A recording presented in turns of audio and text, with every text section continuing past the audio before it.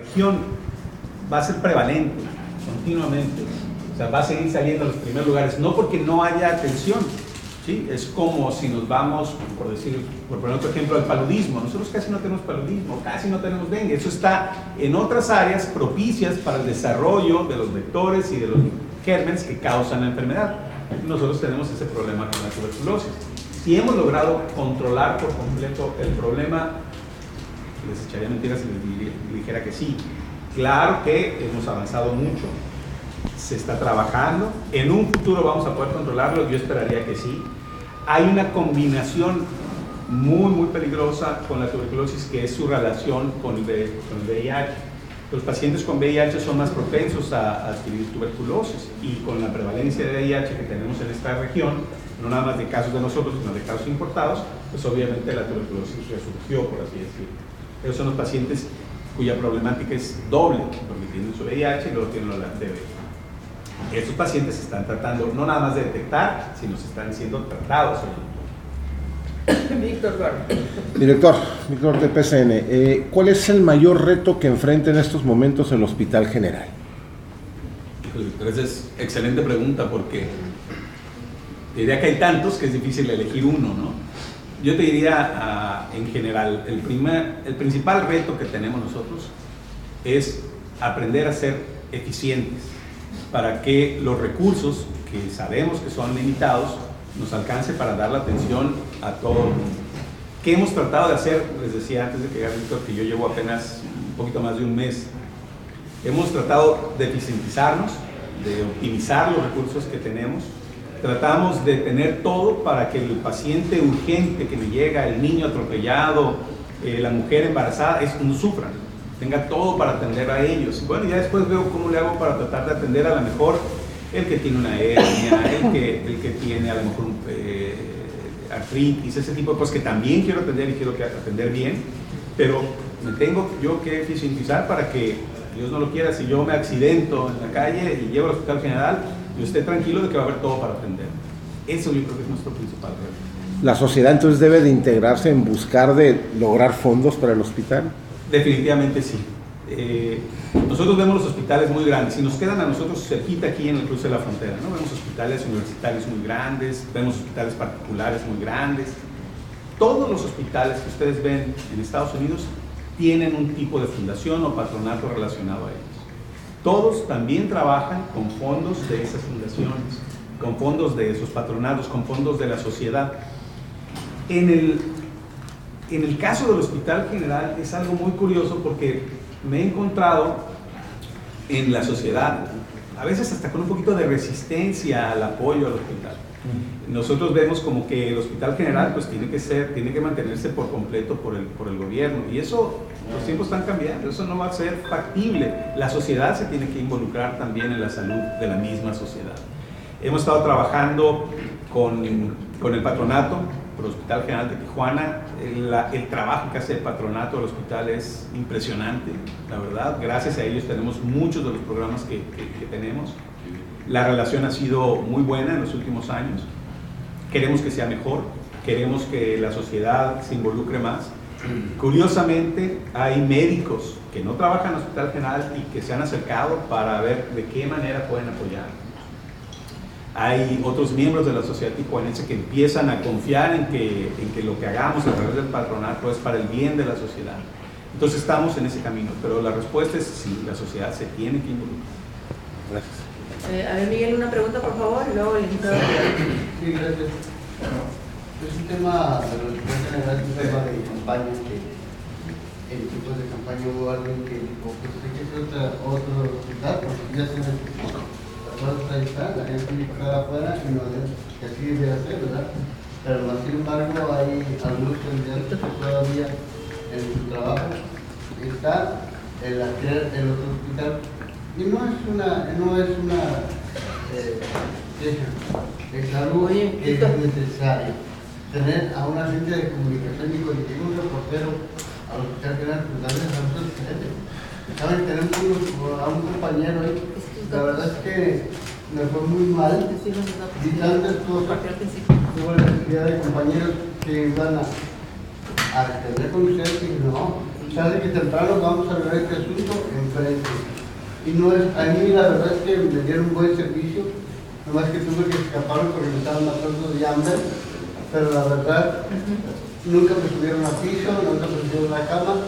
Sin embargo, creo que en comunicación debe haber un compañero que entienda como es vivir, que oye, el culón sale en el bote, el culón sale en el hospital, ahí va la gente. Entonces, creo, y lo digo, que ojalá que lo que yo padecí sirva de... Nuestro hospital trabaja arriba del 100% de su capacidad. Muchos pacientes llegan a urgencias, se atienden en urgencias, se resuelve el problema en urgencias y se dan de alta de urgencias sin haber pasado a piso. Son de los procesos que queremos mejorar. Es difícil porque, de nuevo te doy la razón, es un hospital que atiende a muchísima gente. Entonces, si yo no tengo una cama en piso que esté libre, siempre la tengo ocupada, es imposible pues, que suba alguien y ponga literas, ¿no? Tengo que yo trabajar para dar altas más rápido, subir pacientes, pero es increíble la cantidad de pacientes que vemos. Estoy de acuerdo, hace falta crear más servicios de salud en la región y se está trabajando al respecto.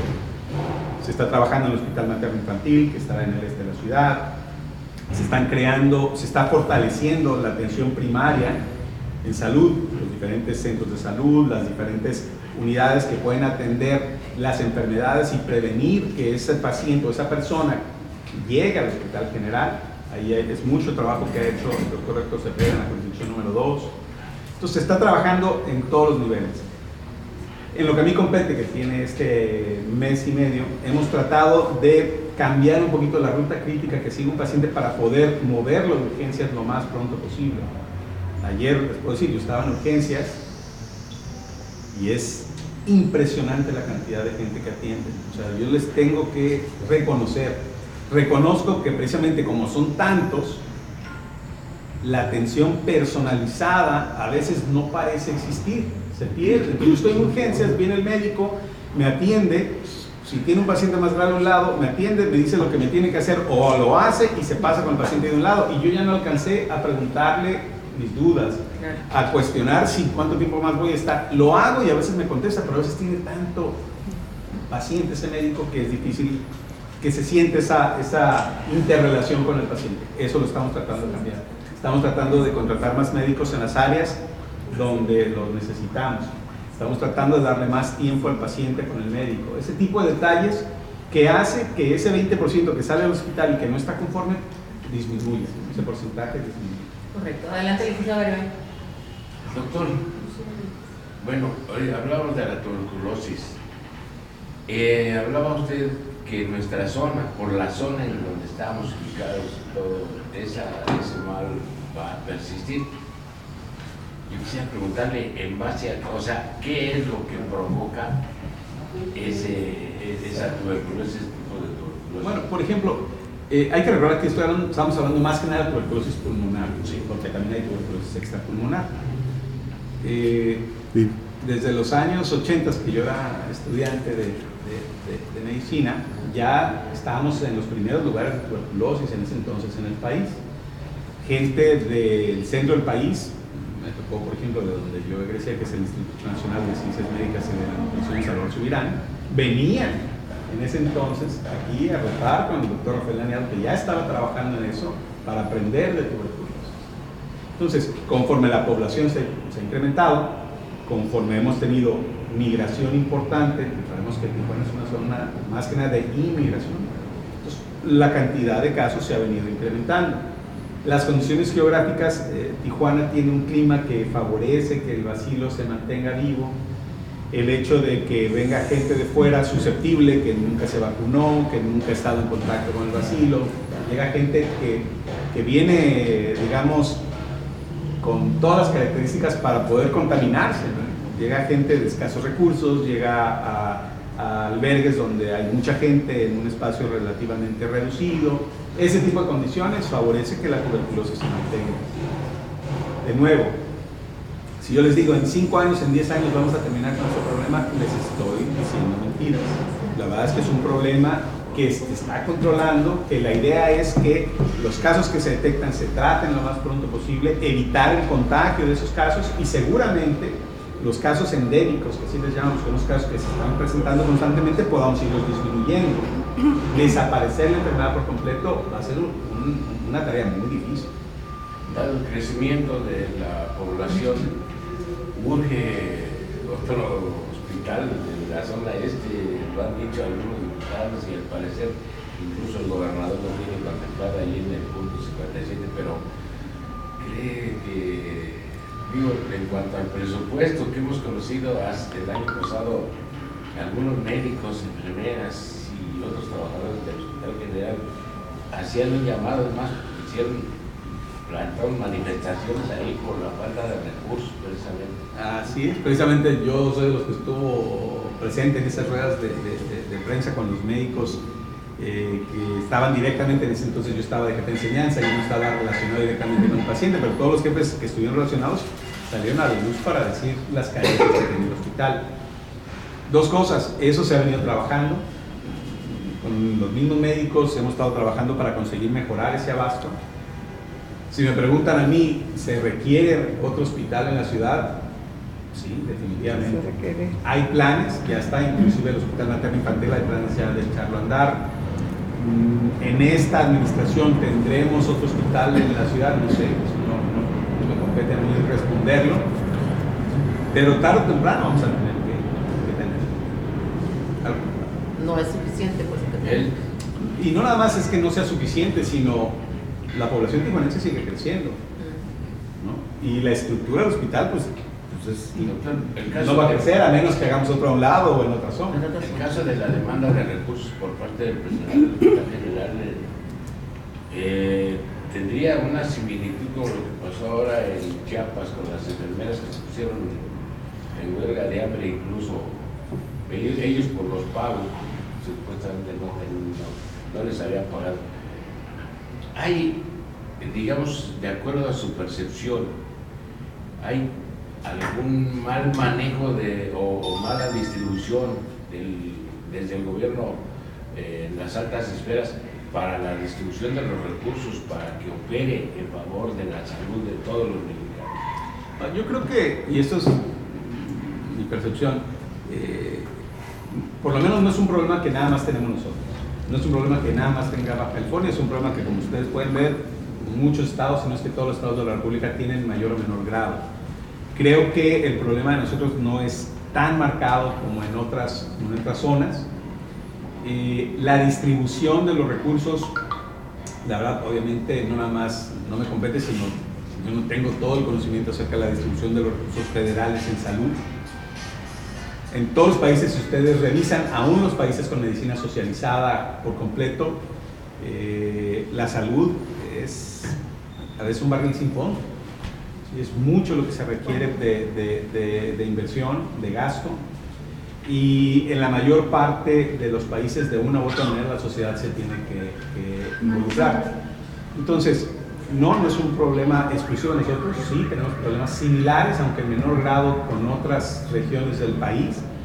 Creo que, por lo menos en lo que a nosotros nos compete, sí hemos venido mejorando. Todavía hay mucho por mejorar, pero estamos mejor de como estábamos tal vez hace un año o hace 6 meses. Falta mucho por hacer y en eso precisamente es en lo que estamos trabajando. Gracias. Javi, adelante, Javi. Buenos días, doctor. Disculpe, mi pregunta nada más es, ¿maneja, hablando de tuberculosis, maneja algún porcentaje o como índice la OMS, ¿sí? ¿Y a partir de cuándo comenzó a crecer y a cuándo asciende este porcentaje? Digo, porque usted nos dice de migración, pero verdaderamente Baja California tiene años llenándose de gente que viene de fuera y se había estado controlando. Entonces, por eso mi pregunta, ¿no? ¿A partir de cuándo? La verdad es de que el porcentaje exacto no te lo podría decir, las cifras de OMS no te las sabría decir, no es un dato que traiga aquí. ¿Per cápita? No es un dato que traiga aquí yo en la cabeza, lo tenemos en el hospital. Yo creo, es difícil saber cuándo fue que se incrementó el problema. La problemática la hemos tenido siempre.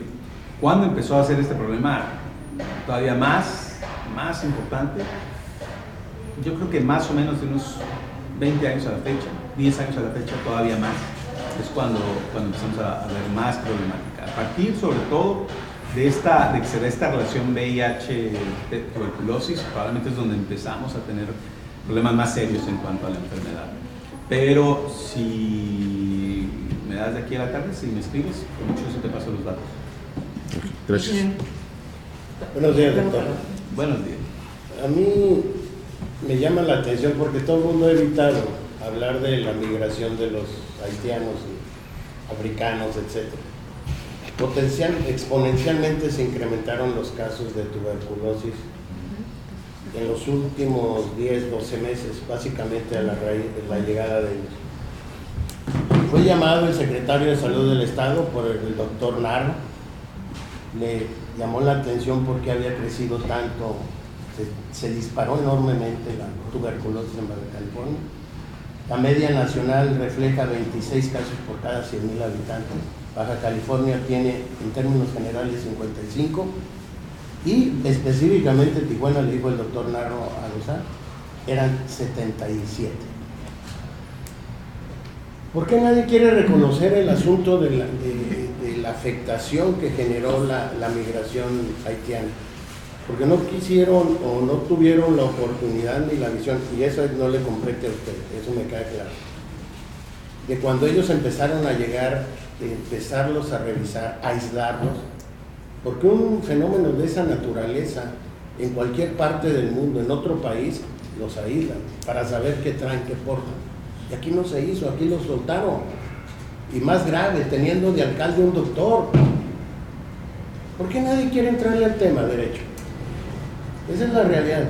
Digo, usted ya le dejaron un paquete, eso me queda a mí bien claro. Pero, ¿cuál es aquí, aunque sea fuera de libreta, qué es lo que dice la comunidad médica con este problema? Es un problema muy grave de salud. Entrarle o no entrarle, como usted dice, al caso, a mí no me compete, pero creo que a veces hay un desconocimiento del comportamiento de una enfermedad, ¿no? Desde el punto de vista de salud pública. Porque dos cosas pueden haber pasado, ¿no? Es difícil saber ahorita, pero dos cosas pueden haber pasado. Como usted me plantea, la pregunta, ingeniero, es pensar que la gente que llegó de fuera, aquí por ejemplo, traían tuberculosis y llegaron a incrementar el número de casos. Que ya traíamos, aparte. Ya traíamos. Pero podría ser también al revés. Que llegó gente de allá donde no hay vacunación, donde las condiciones nutricionales con las que llegaron son precarias, donde la susceptibilidad de infecciones es mayor, donde llegaron a un área de hacinamiento, porque había mucha gente en lugares cerrados, y llegaron a una zona donde hay muchísimo bacilo de tuberculosis. Entonces llegó gente que llamamos en salud pública susceptible. Entonces, a lo mejor no llegaron, a lo mejor llegaron sí, pero muy susceptibles y rápidamente se contaminó 1, 2, 3 y en el ambiente que ellos viven se diseminó la enfermedad. Eso la verdad es que no sé, pero desde el punto de vista de salud pública son los dos escenarios que pudieron haber sucedido. Entonces, el que llegue una persona y la aísle, eso no me va a evitar que después cuando salga del aislamiento suceda el mismo fenómeno. ¿Por qué? O si se hicieron revisiones específicas o no, a decir verdad lo desconozco, no sé. En ese sentido, lo que le puedo decir es que el número de migrantes que nosotros vemos todos los días es mucho. El número de migrantes con tuberculosis, ¿sí? En realidad vemos más porque no veíamos a esos migrantes antes, pero proporcionalmente al resto de la población, en casos complicados, nosotros no hemos tenido ese disparo, ese spike. Hemos tenido, por ejemplo, el mismo problema en partos. Nunca habíamos atendido a una mujer haitiana embarazada, ahorita llevamos 6 partos, ¿no? Pues ese tipo de detalles que vemos es que ahora hay más. Sí, ahora hay más porque no teníamos esta población antes, ahora sí la tenemos. Si esta población trajo ese problema o esa población llegó a un lugar donde el problema ya estaba y fueron susceptibles y se contaminaron, yo no les sabría decir, pero son las dos posibilidades. ¿A quién le corresponde en concreto ese tema? ¿A quién le corresponde, tratar a estos visitantes distinguidos que tenemos. Bueno, en realidad sanitarios, ¿no? La Secretaría de Salud es la que está abierta, ¿no? A todo mundo, o sea, le corresponde obviamente a la Secretaría de Salud. No, Si pero llega hacer eso que al el área de protocolo que se debe infectología. decir cuando Secretaría de Salud, la Secretaría de Salud. cuando, por ejemplo, no sé si recuerdan la epidemia de influenza que tuvimos hace algunos años, México fue uno de los países que primero reaccionó de una manera correcta. Ahí sí, pensando en los casos importados, ¿no? Si recuerdan, uno viajaba, llegaba al aeropuerto de la Ciudad de México y había una serie de letreros que si se sentía mal, uno podía pasar a que lo revisaran, a que lo atendieran y a determinar si traía o no traía el virus de la influenza. Eso cuando vemos enfermedades con la tasa de letalidad tan alta como influenza, se tiene que hacer. Cuando llega esta cantidad de inmigrantes, que no hay un problema específico de salud detectado en ellos, pues es difícil llegar y revisarlos a todos. Yo, junto con la universidad y otras instancias médicas, recuerdo haber ido a ofrecer atención a estos migrantes para ver cómo estaban en su salud, y en realidad al área donde fuimos no había problemas, pero no había problemas serios de salud. Por eso el saber qué pasó no le podría yo responder, pero a quien le compete la atención de ellos termina siendo a ese salud. Hace en octubre del año pasado, noviembre del año pasado, fuimos a un viaje de estudios a Cuba, a La Habana, un grupo de periodistas, y íbamos de aquí de Baja California, de Tijuana, íbamos tres compañeros, y teníamos que durar allá 22 días. Y bueno, pues con todo lo que los trámites que debes de hacer y todo, teníamos apenas 3 días de estar ahí, cuando nos llegó un requerimiento otra vez, ahí donde estábamos hospedados, donde nos dijeron, mañana se tienen que presentar a tales horas en tal laboratorio, van a venir por ustedes. Pero pues no tenemos, yo no me siento mal, dije, no tengo nada, ¿no? Y estaba ahí el camioncito de salud, y te llevan al laboratorio y te fumigan, como quien dice, desde el avión te fumigan todo el avión antes de bajar. Y dijimos, caray, pues bueno, era novedoso para nosotros, y nos llevaron al centro de salud, te hicieron las pruebas de sangre y otras pruebas rapidísimo, y vámonos.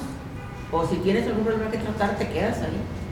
Pero pues ese protocolo hay que cumplirlo, ¿no? Y se hace.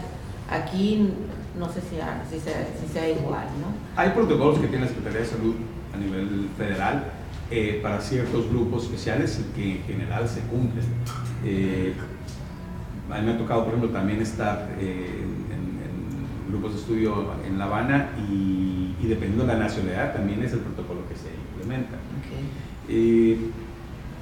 Hablando de Cuba específicamente, el hecho de que sea una isla, que sea pequeño, que sea más fácil de controlar a la población, eso facilita hasta cierto punto su labor, sin menospreciar la impresionante infraestructura que tienen en medicina de atención primaria, ¿no? en Cuba, no nada más en La Habana, en todo Cuba.